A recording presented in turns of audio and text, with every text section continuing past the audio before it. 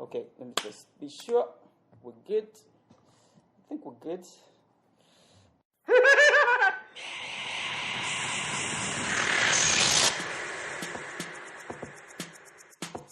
In this episode of Madhouse, we speak to Paula Mugisa, the founder and team lead of Tessa Advisory Services, based here in Kampala. Hi. Hi. How are you? Good, great. Cool. Welcome to the podcast, Madhouse. So the thing is simple. I think I just get straight into it. Just tell us who you are. I guess for those who don't know who you are, ideally what you do. Yeah, just like break it down for people and get us excited. Yeah. Okay. I'll start with who I am. Yes. My name is Paula Mugisa. Cool. I am the founder and team lead at Tessa Advisory Services. Yeah. I am a Christian. I'm a mother. I am a businesswoman. I am multifaceted. Yeah. So I'm not one thing or the other thing. I Okay. keep jumping back and forth. Okay. I love adventure and I love business and I like systems and I love serving people and I love good energy. Okay. I love doing things differently, especially in this space in Uganda. Okay. That's just kind of a bit of who I am, yeah. Cool. So I'm very interested in like how Tessa. Because I think I saw Tessa like maybe a year ago, and I was like, I think you had like one post, and I was like, it's very interesting. But I was like, what's really going on here? I mean, like when I saw the description on the Instagram page, I was like, yo, this is some like gangster stuff here. But then I was like, not much happening as much then. Yeah. So I was like, maybe it's one of those Instagram people. Yeah. Like, and then I mean, you know how people like have like that stuff, entrepreneur, model, Yes. mother. Yeah, like, all those kinds of... And then like you kind of look at the feed and you're like... And you're like, that doesn't communicate what you just said up there in your bio. Yeah, so... That's interesting actually that you mentioned that. Two things. One, I'm not a social media marketing person. Yeah. I didn't understand that there's an audience out there and there are parts of your life that you have to kind of extract and share with them so that they get to know you better. Okay. I was always previously a private person, though very open and very vulnerable to the people in my life. Okay. But now putting everything online, I realize I have to share that with people. Like I'm a mother, so some pictures of that. What does it actually mean? What are the challenges? I'm a businesswoman. What does that actually mean? Yeah. And then also the other thing is in terms of not having enough early attraction. Yeah. I had this revolutionary idea that micro and small and some medium enterprises in Uganda need BDS, so they need business development services. Yeah. So you need to partner with them. Some people, it's just like one guy or one lady, and they have a revolutionary idea with national impact. Yeah. But we use a traditional model where it's I meet Gabriel, strategize, plan, coordinate, and implement with him. Yeah. So many things were happening. Again, it was so hard to extract what we're doing and put it on social media. Yeah. So there was a huge gap. Okay. So it was like a mix of like I'm very busy and I don't really get it as much then. I mean, I understand it. But when I had seen the page like a year ago, I was like, this is very interesting. And then when I started seeing like stuff you're doing, I was like, this is quite cool. Like this is something we should get. We should get on the podcast and like catch up properly.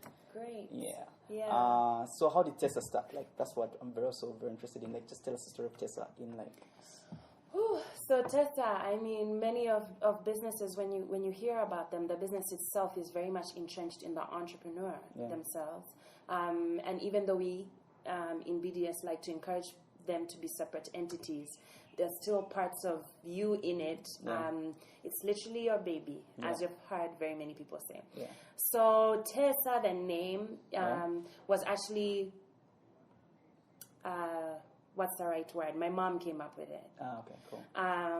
Because I explained that I want to plan with businesses, I want to discuss with businesses, I want to grow with businesses, I want to agree with businesses. So she was like Tessa, like Tutese, like kutesa. Yeah. I was like, that's it. Like you got all of that, and then just like negotiate, discuss, plan, like do that stuff, would be a like boring name if it was in English, right? Like negotiate advisor.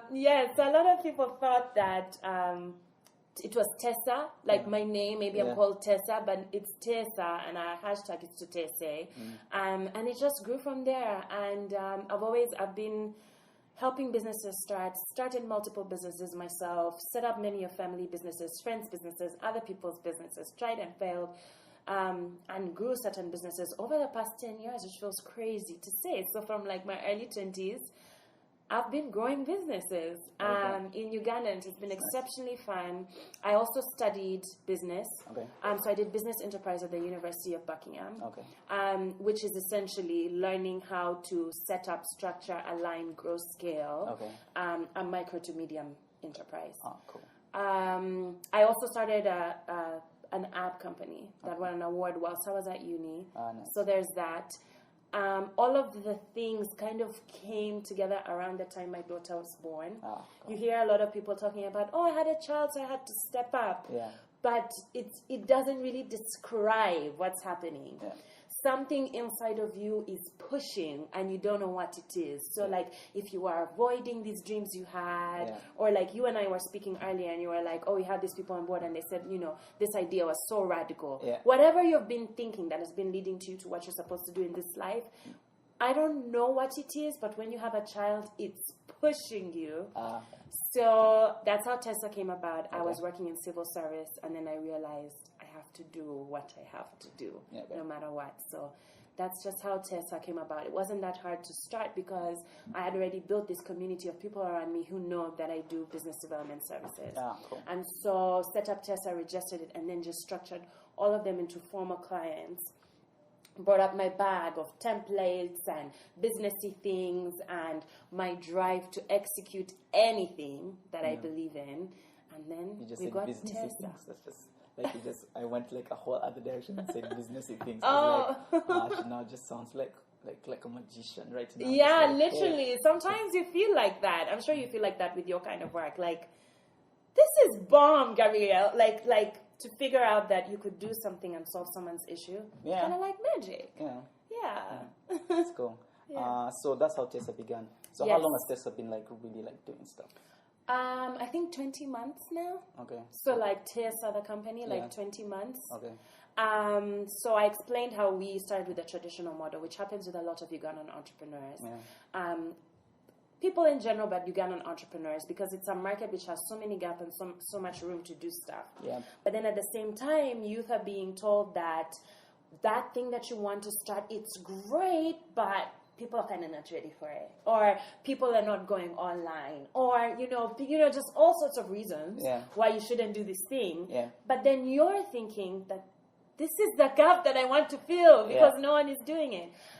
So we started with the traditional model. Like I said, I knew someone needs to work with entrepreneurs, not just the incubators, not just the accelerators to start, but continue to handhold them to achieve dynamic things. Yeah. But we did it how everyone else was doing it for the first 15 months. Yeah. We decided to partner with you and come and implement with you as part of your enterprise. Okay. Not really innovative, because that's how consultants across the world here do it. Yeah. But one of the things that we realized is the impact was so low. Like by our first 18 months, we had 13 clients, which sounds great, but we want to impact thousands of entrepreneurs across Uganda. Okay.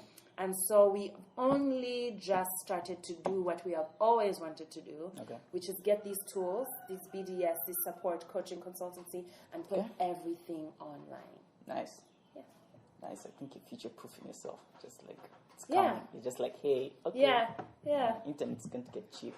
Yeah. I don't know. I hope someone from UCC listens. Tools are going to be accessible from Gulu. Tools are going to be accessible from Kiriandongo. Bomb things are going to happen from Bale. Like, that's where we're going, and that's where we need to be going. And so someone has to build these things, even if we feel like the market is not ready. Yeah. And that's what I want to encourage everyone to do. So not only Tessa should be doing it, Gabrielle should be doing it, Creative Asylum should be doing it. Everyone must be future-proofing, as you call it, creating content for where we're going to go, not where we are now. Yeah. True. Very true. We agree with you in like so many ways. We have some ideas in our little top secret lab. Yay. That may arrive. May or will? Some may, some will. Some it's like it's using the idea and you're like, I think now we've just like joined Cartoon Network land. Like this is a bit. I would rather you just put them out. Do the extreme things. This is a bit too much. This podcast actually can be like our business development session because I sit with entrepreneurs like you and I say, Gabrielle, just do it. Get all of those things out of the secret lab. Put them out there. Doesn't matter. You're going to find your people. Put them there. I come with a lot of energy. You kind of have to be ready. Yeah, that's fine. I like the energy. We need that kind of energy in this podcast. Like it's kind of like mellow energy, just kick you out. Just be like, come back when you're like, oh, here's a Red Bull. Yeah, Red Bull. You've had like that's an ad right literally there, like for this podcast. Like, Anyway, so I'm very interested. Like, I mean, since the Madhouse is a creative asylum podcast, and like we've always been very fascinated with like process. Mm-hmm. And in process, for me, I'm very interested like in failure. Mm-hmm. That's like the biggest thing I'm very interested in. And so I wanted to know in like your 20 months of starting Tesla and trying to help other businesses kind of grow, what, like just one story or like one thing that you really like epically failed at, and then how you sort of like, you know what I mean, like just sort of like adjusted to like this sort of fail, the epic fail. Because like for us as a creative asylum, we believe like creativity is like sort of a process, but we also think like a lot of people when they tell the story, it's too romantic for me. I'm just like, what? You woke up, you had this idea, made a film, won 2 awards, and now you're a rock star. I'm like, I mean, especially like if it's a filmmaker or whatever kind of creative you're in, and as we started the conversation, I was like, you know what? I think let's also ask more people about like their failures, because I think it's important for people to kind of feel, to kind of know that hey, it's not like uphill or I mean, and you'll always fall, but like how did like it's not like a straight uphill trajectory. Yeah, like you could be moving uphill, but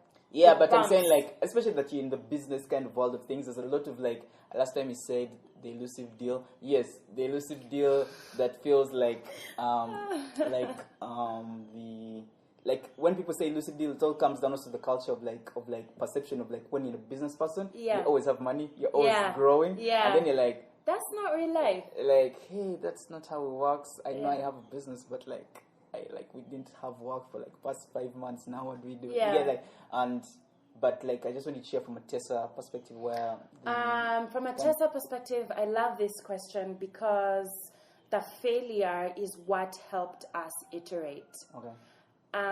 One of our massive failures, and I don't know if you guys experience this, when you enter into a space as a new player, I think we all really felt like, even with my advisors who are really experienced, just because we are coming all on board under Tesla, we all really felt like we're onto something, we have to prove ourselves. Okay. Now that is great in terms of work ethic. Yeah. But what actually happens is you go and pitch, close business, and then you go over and above what you're supposed to do. Okay. Now, typically in business school or in books, they say, go over above, shoot the extra mile. Yeah. But for things that are your responsibility, if you start to, even in life, you know, do things that are other people's responsibility, then a problem comes. Yeah. So what we did is we pitched all these kinds of things. And I remember I went into this one really big client, our biggest client actually ever, and his marketing coordinator came after and said, "You've pitched a lot of stuff." But it wasn't like, "You've pitched a lot of stuff, yay." It was like, "You've pitched a lot of stuff." And she was kind of concerned that you guys are trying to give too much, or you guys are trying to prove a lot. That actually came into, I don't know what the right word is, like, but pass. A few months down the line, where we achieved our initial milestones, and now the entrepreneurs were expecting us to do more than we had agreed. More than we had agreed for less pay, but then also just take on responsibility. And we were seated in the office thinking, this is not our business. We're here to support. We're here to hold your hand. We're here to give you the systems. We're here to implement some short-term activities. But it's your business. So as the proprietor of the business, the primary responsibility is yours. So that was the beginning of a lot of conflict and tension.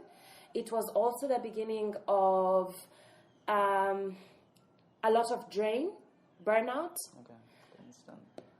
Misunderstanding between us and the client, because they feel like, if you can do this, why don't you just do it? Yeah. And we feel like we've gotten some good initial traction, but the responsibility is yours, leading us to where we are now. So we handhold, we support, but up to a certain point. We give you the tools, but it's up to you to implement. And therefore, the long-term growth and scale of the business is able to be sustained because the entrepreneur is doing it, not we are doing it. So yeah, that was a massive hurdle to overcome and even understand. That's nice. You guys are like real gangsters at Tesla. Thank you. I should just come and hang out and just be like, hey, you should. What's up? I'm just here to observe. Don't mind me. I'm like a furniture. But that's cool. And so is this the reason why you sort of started adjusting to like the module system? Was it one of those kind of clever moves of like, hey, I think we're doing too much? Yeah, I think it's that we're doing too much, which we don't have a problem with, but also if we continue to, it's like with a baby. Yeah. If we continue to give you everything, then you fail to learn how to be independent on your own. Yeah. And that's a line all consultants, whether online or physical or traditional, have to draw. Yeah. I know a lot of huge conglomerates, massive companies that like to perpetuate this kind of system. So all the tools, we keep them closely to our heart. All the strategies, we keep them closely, and we don't share them with you so that you have to pay us millions of dollars to continuously come until you die. Do you see what I mean? So you always need our team for business development. You always need our team to close a big project, but that is really limiting, totally unfair and draining. No one is actually benefiting. Even this company that's trying to get a lot of money because you need more resources, more tools, you need to be able to expand, and of course the entrepreneur themselves loses out. For entrepreneur. Yeah. Thank God entrepreneurship is not about like making a lot of money. I wish that's the thing I want to take on. I mean, there's this idea that I've been walking around of like in the creative space of like, hey, just create because you want to create, and then like things like money and other things are like the second factor to what you want to do. And I wanted to know from a business perspective, is it the same idea of like you want to solve a problem first, and then the return is things like growth and money, or is it, hey, I walked in here to make some money, this other thing is because it's something that you've just mentioned earlier, and I'm like wondering if it's only working for creative people, or especially those in the creative arts kind of space, or it also works from a business kind of perspective where the approach should be, I don't know, but what do you think, and what's your...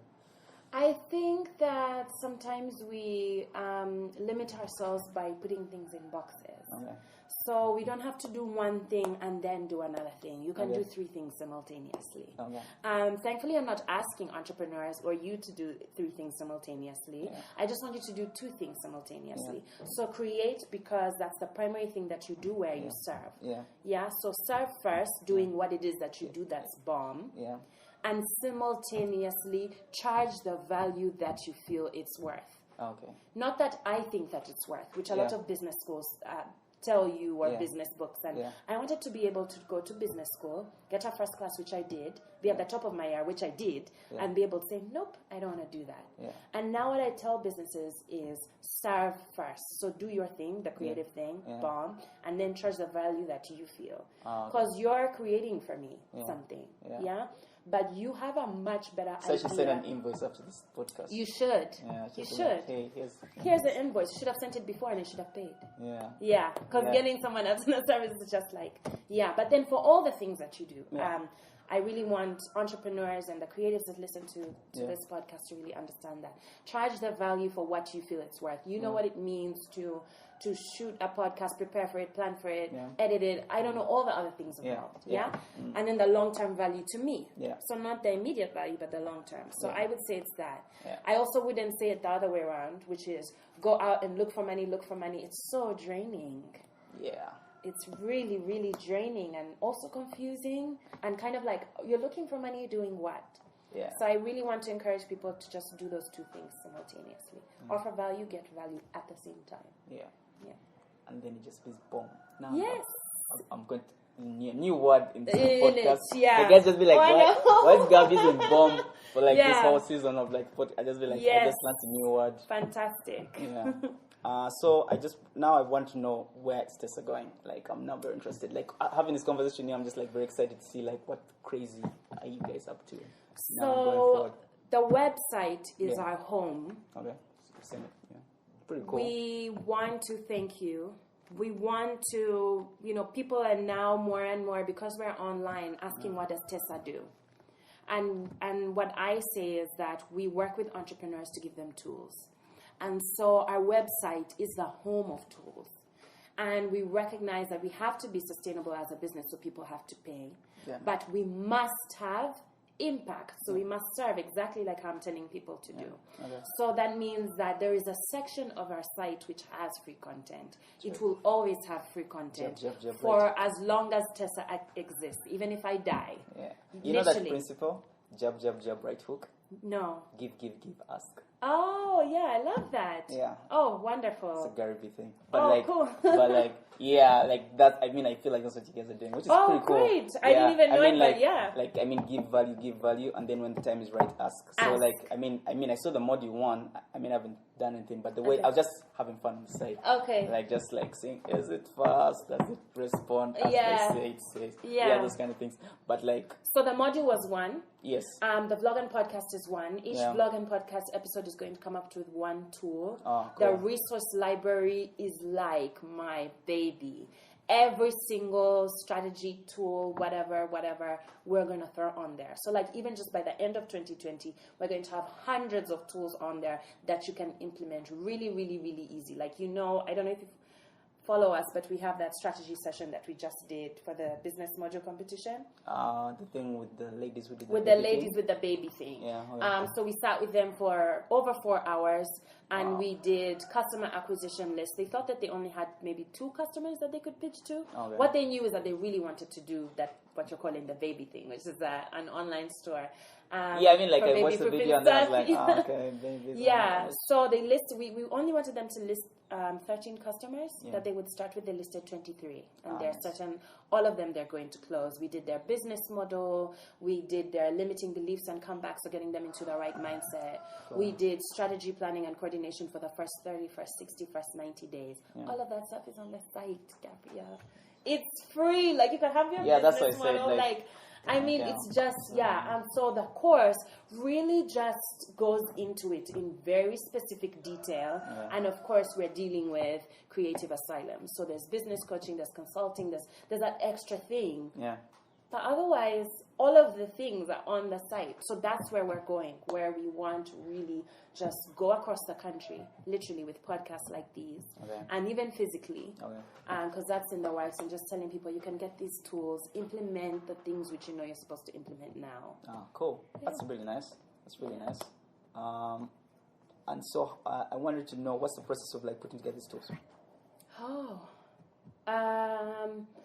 Some of it is experience. Okay. Some of it is my academic background. Okay. Some of it is, remember that time, and I'm talking to my team, I'm like, remember that time that we did that thing with those people? What exactly did we do? Yeah. And they're like, you remember we first went and got this, and we got this, and I'm like, can we make it into a template? Okay. Can we make it into a template that's 1 page? Yeah. Like where someone goes through everything that we did for a business, and then they can just like do it for themselves. Okay. Do you know you can get all the tools from our site and be a business development person? You can do what we do for your business and for other businesses. Yeah.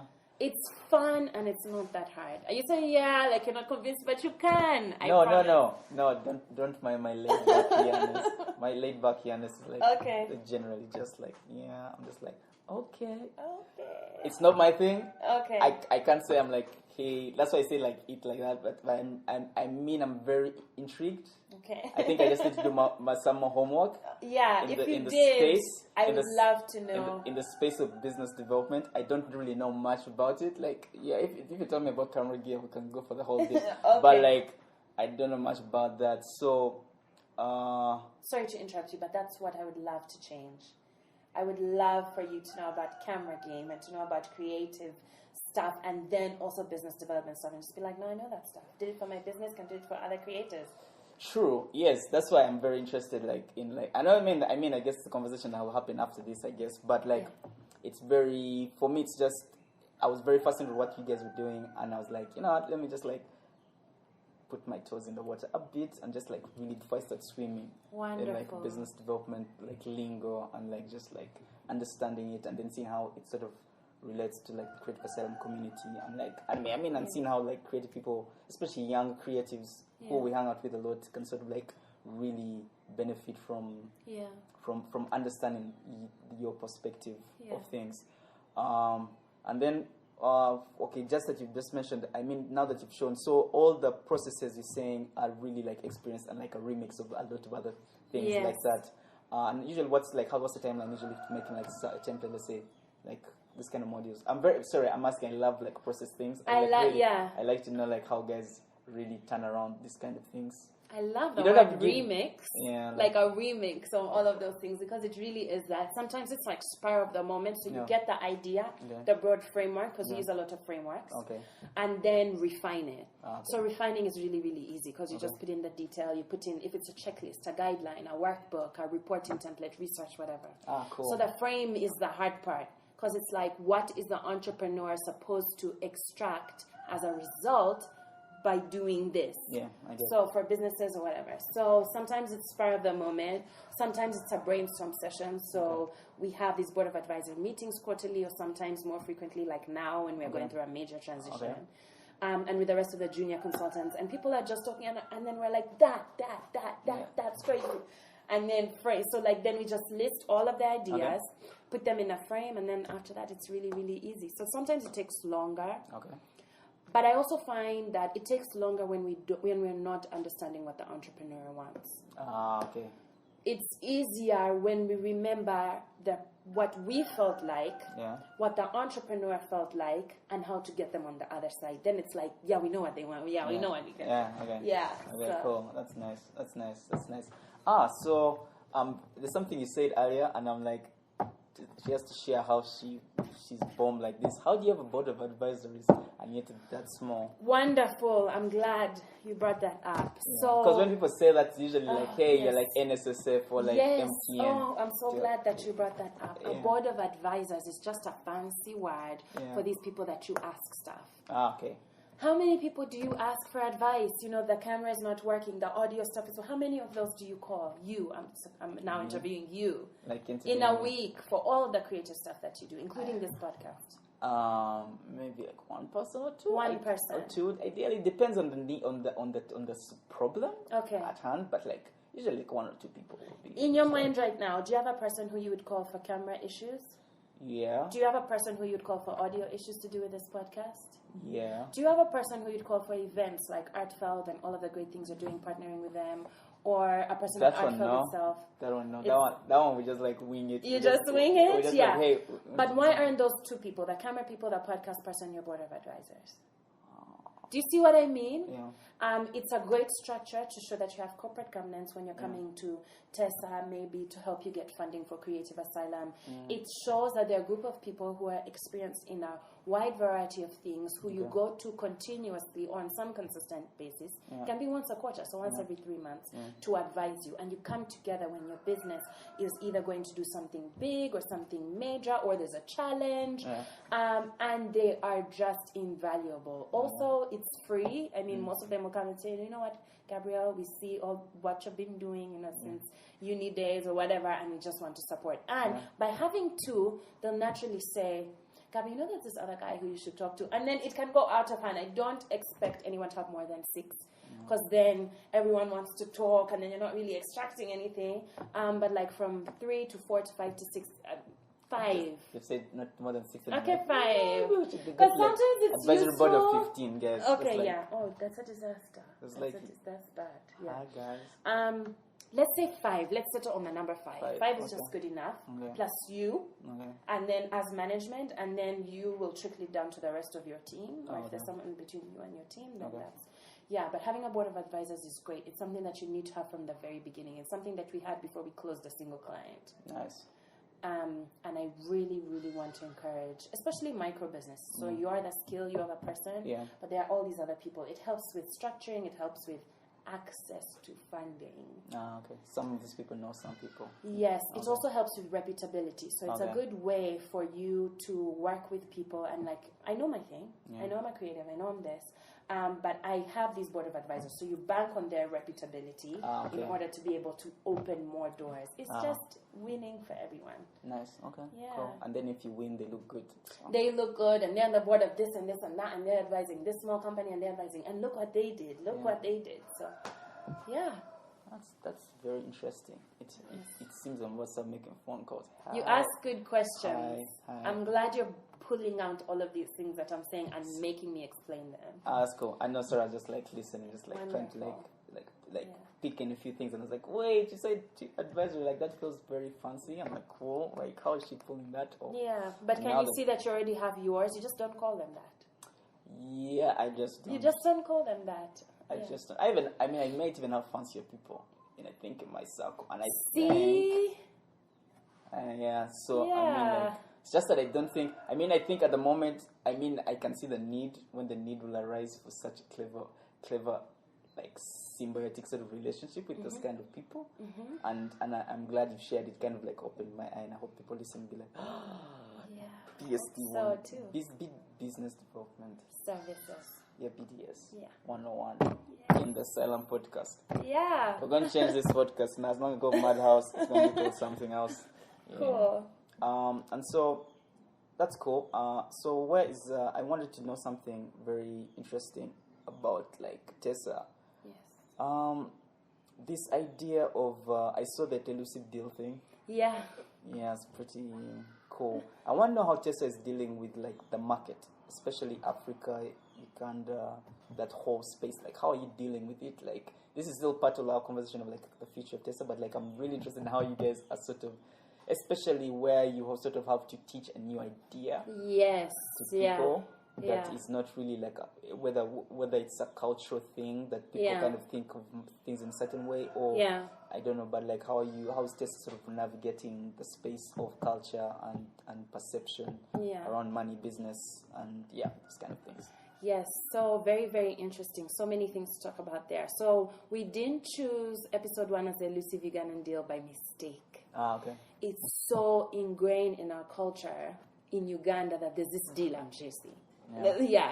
And we now want people to transition from this deal I'm chasing to what am I supposed to be doing with my life? What's this long-term legacy thing that we're building? Yeah. Which leads us to the business ideation process free module, also not by mistake. Okay. So we don't feel that we can tell people what not to do and then at the same time not give them the tools to do that. Yeah. And so, exactly, very, very important. And so the elusive Ugandan deal, the vlog podcast, is supposed to go hand in hand with the free module, business ideation process that we already released last month. So that if we're telling people, no, just have a think on, if you just have, you have this one life, you have only this set amount of finite time, what are you going to use it for? So stuff like that. So we're giving the tools and we're trying to put everything online, which we feel a lot of people are now slowly transitioning to. Yes. That being said, our market is still, in most people's perspective, not ready. Yeah. And so your question is, how do we navigate that? Yeah. So one of the things that helps so much, which we learned in business school, is something called the diffusion of innovations. Okay. It's a curve, a bell curve, so that looks like a hill. Yeah. And at the very bottom is 2.5% of a group of people called innovators. Okay. So innovators are not like how we think of innovators or entrepreneurs. Innovators are people out there that actually use products and services that are starting for the first time in a space where they're not, in a market, in an industry that they're not, and they don't need anybody else to use it or to try it. Yeah. They just know that they need it. So it's of course typically young people, access to internet, access to data, educated, have disposable income, are able to meet their basic needs and stuff like that. So in any new market, there's 2.5% of those people. Now, from 2.5%, they are early adopters. Those are 13%. So early adopters are people who kind of want to try the new things, but they need to at least know one person, just one person, who has tried it. So they don't need to try it because everyone else is trying it. So what we are focusing on is that 15.5%. Okay. And in 1 month, we've got over 300 downloads. So that's the early adopters and the innovators. Okay. So we've got about 300 downloads okay. Of people who have done the business ideation process module, sent us their worksheets, strategy breakfast was a thing in 1 month. Nice. That's a lot of traction, and then DMs and emails and messages. People are still submitting their worksheets, and the competition is over. Yeah. And so our idea is not to really infiltrate the market, work with those couple of hundred. By the time we release the course, work with a couple of thousand, and then for the free tools, and then a couple of hundred for the paid course, and then let them have wide impact. Yeah. That is our focus, not infiltrating the market, because we feel, and we encourage other businesses, this is something we're doing forever, guys. So there's still time. What we don't want to do is wait for 10,000 people in the market to understand it. There are businesses and entrepreneurs hungry for the tools. Many of them have already exchanged their value for value. So have already exchanged their skill or their product for money. But it's like systems, coordination, and how do we make this something big? Like, how do we make this across the country and region? So those people that are ready, those are the ones that we're working with. Nice. And we know we'll reach the rest. Nice. I told you I'm shifting. I just like camp at Tessa for like a wonderful month. I just be like, guys, I'm just don't mind me. I'm just editing the video here. Yes. And I want to repeat, we want you. We want people like you, like radical ideas, extreme ideas, never been done before. Do them. Let's just do them. Let's just do them. Like in this room, like the little like devils are just laughing at you. They're like, I wish you knew what radical means when you say radical here. Just like, do them. Hey, just let's pull out notebook 20. You see this sketch here? It was. Yes, do it. Let's see. I mean, flying car. Yeah, we don't have to refine. We don't have to refine everything. Yeah, true. You know, before we put it out, we can put it out, the flying car. Yes. Then refine it after and be like, okay, the car can fly, so let's put it back on the ground. But it's there in the market. People are using it. They're seeing it on social media. They're paying for it. It's in, I don't know if it's a comic book. It's in supermarkets, whatever. But let's just do it. It's an actual flying car. Yeah, right. Let's do it. Yeah, let's build a flying car. Yeah. Kira Motors, here we come. Anyway, yeah. I digress. We're going to other things. I mean, we might stay the whole day if we start going. Yeah, we might. Yeah, I feel like there's a vibe here. Like if we start conversation, it may not end. That's true. And so, I now want to know where is Tessa headed, and like, just to just a great way of like saying this is where we're going. This is what we're trying to do. This is basically a call to action. Yeah, I'm gonna put like very subtle music. I'll just put music. I'm able to put music on podcast, but just to say like. Right. We really want people to go to the website, which is www.tesa.co.ug, and we want them to engage with the tools on the site. So sign up for the business ideation process module and work out how to integrate your skills, your passions, your interests, your tiny little inklings that are moving you somewhere. Your skills, so what you've taught yourself as well as what you studied, everything. Work out with a worksheet and a module how to put this together to decide what long-term venture. It doesn't have to be a business, can be a project. It can be a social enterprise, it can be an NGO that you're going to start in Uganda to change lives, to have impact. Or maybe that you've already started, but like refine the idea further and just get it out there. So that's what we really, really want people to do. And then navigate the rest of the site and get the other free tools. Free tools. The more free tools, the better. Free is nice. Everyone likes free things. Free. If you like free food, then how about like free like business information? Yeah, that can change your life and others. And also, and also it's a bit relevant to the space. I mean, I think that's also the unique thing I find about Tessa. Yeah. I mean, because you're in the space, it sort of feels like you sort of like, it's almost like design thinking for the space. Wow, I love that. As compared to like, hey, let's get like some cool random guy from like the US or some fancy place to come and tell us about like what business. And then don't you hate that? Like get an expatriate to tell you. And then it's like, it's like saying let's get. Vusi is like, let's say Vusi is African, but still he's from a different market. Like so, like in my head, I'm like, guys, Vusi is from South Africa. That's like a whole different ballgame, like than here. Like so, some ideas I think can cross over, but I'm like, if it was Bitachure teaching the class, I'll be like, yeah, I think I can listen to him. Or, I mean, but I'm saying like the thing is that at least the tools are made by people who are in the space trying to build their business as well. So and so nice. this from my perspective, it's more like, oh, this is a bit more relevant because if transport gets expensive, you kind of also know it because you've felt it, as compared to like saying, hey, the cost of this and the business, then you're like, hey, do you know how much transport is here? And you have no idea. Or like, hey man, like, hey, and then you're like, do you know how much internet costs, guys? Like, come on, like, but like I feel like the Tessa thing from me just saying well done. Thank you so much. It feels like that's the things that's relevant to the space. Yes. As compared to like a random thing that you sort of have to like study it so much and then like pick and then kind of cook up your own remix of the thing to fit the space, like, and then you're like, oh, now this works for me based on that information, and then like what's so nice is exactly what you've said when businesses create for other businesses and other people in their space. So creatives can do that. We encourage all of the Ugandans to do that. Even the ladies of the baby plug, so they're going to create baby proofing accessories from Ugandan raw materials. So I mean that's what makes it that's special. Cool. That's nice. That's nice. Yeah. I think we're done with this podcast. We're ending it. Yeah. But usually all my podcasts, I usually ask the whole guests to, share like, it doesn't have to be anything to do with like BDS or anything, but just like a life thing that they think the listeners should go away with in case we have bored them the whole time. At least they'll be like, you know what?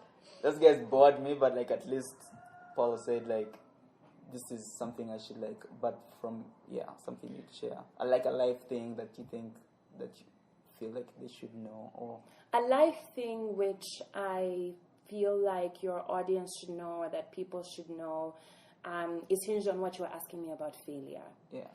So looking at our social media and the site, it seems like from the traditional definitions of success, we're kind of getting some early traction. And I get a lot of proud of you messages. But I think stepping into your dreams, I want to say, is excruciatingly hard. It's very, very difficult. This is one of the hardest times of my life because it's a massive growth season. I'm way out of my comfort zone, but simultaneously, life has never been so sweet. To do the hard things, so that if we bored everyone, that's what I want everyone to get out of. So I think media and movies and cartoons and really everything shows that when you step out into your dreams, there's that lovely music, everything is sunny, it's so fun. Look, but that's not how it is in real life. It's really, really, really hard because you're going against the grain, you're going against yourself. So I'm only learning that the negative parts of ourselves are not there to attack us, though they're there to protect us from like failure, from rejection, from someone not liking what we said. But you have to fight through all that to live your dream. So it's hard, but it's so sweet, and I would really encourage everybody to do the same. Awesome. And it's a wrap. Great. Thank you so much. You're welcome. Hope we got what you wanted. Yeah. I'm so excited.